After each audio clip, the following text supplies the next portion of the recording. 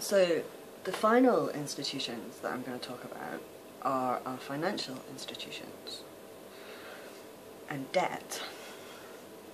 And I know that that does not seem at all related to what I'm discussing, but actually it very much is, and this is very much the mirror of this.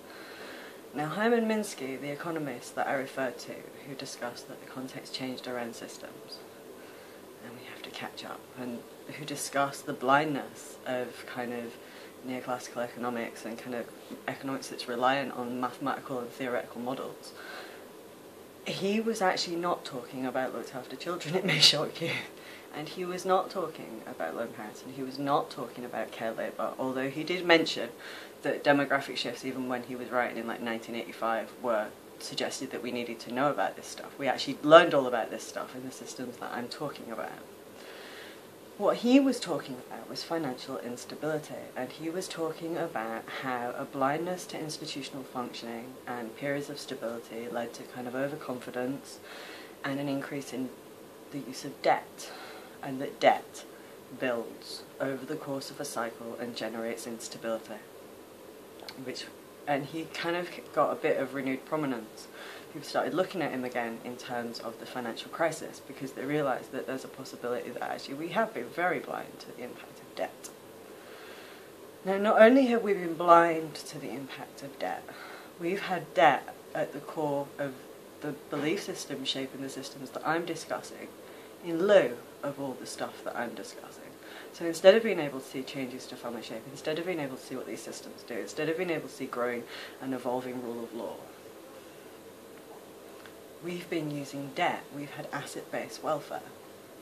Genuinely.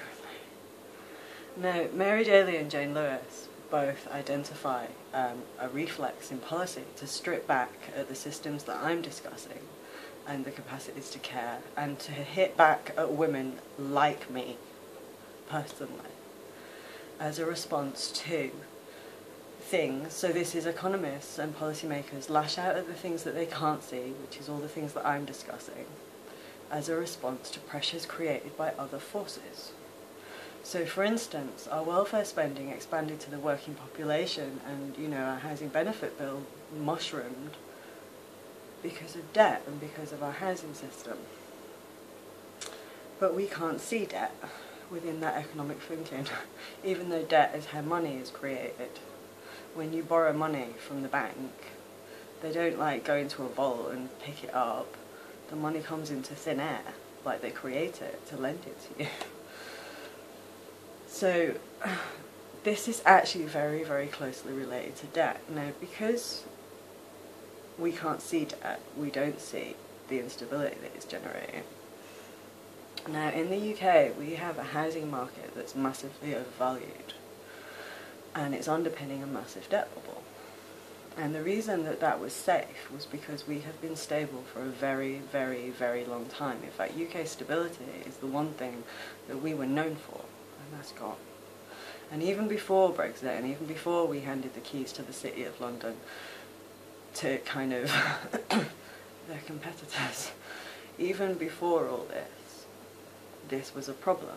And so with universal credit, what they saw was that welfare spending had expanded because of debt, because of our housing bubble, because of low wages.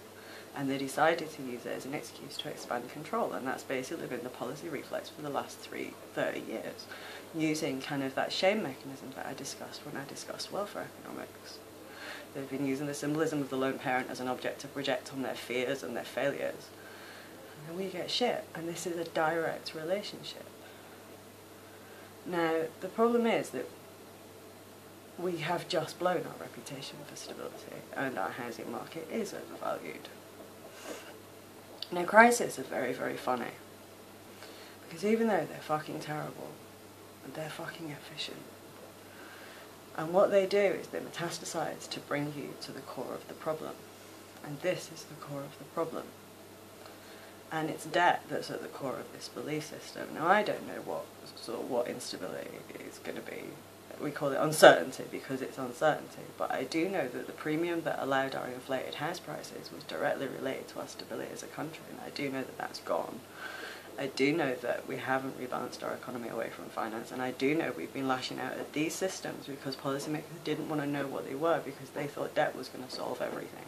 And I know that the reason that equality legislation doesn't apply to me, and the reason that I can be abused by the state and that they're not aware of this rule of law, is because they substitute it by saying market forces, and what they mean by market forces is blindness to debt. It's fucking nonsense. Now, I don't know what crisis it is, or what multiple crises it is, that finally brings us to the core of this belief system falling away and reveals the forces that have shaped these institutions, i.e. the forces that I am discussing. But I do know that crises are very efficient, and I do know that they expose the roots of the problem, and they also make the intractable tractable. And I also know that the level of debt that we have means that we are deeply, deeply vulnerable. Should we, shocks are going to really shock us. And it's through those processes where the top line of the crisis is people screaming for scalps and absolution and panicking, which will drive the crisis. And it's underneath that crisis that the rule of law should be revealed, and that the forces that I am discussing that shape the systems should be revealed. And I know that one of the things that economists can't see, and I know academic discipline can, is they can't see the way that all these systems are linked. Now, part of the reason that they can't see the way these systems are linked is because the last period of crisis was 1945, and since then, disciplines have grown and institutions have grown, and they've all grown separately. And I know that a crisis will bring us back to kind of a central kind of synthesis point. And I know that we have to expect that. We have to expect major instability in this country and major uncertainty. And the institutions that I'm talking about are all constant.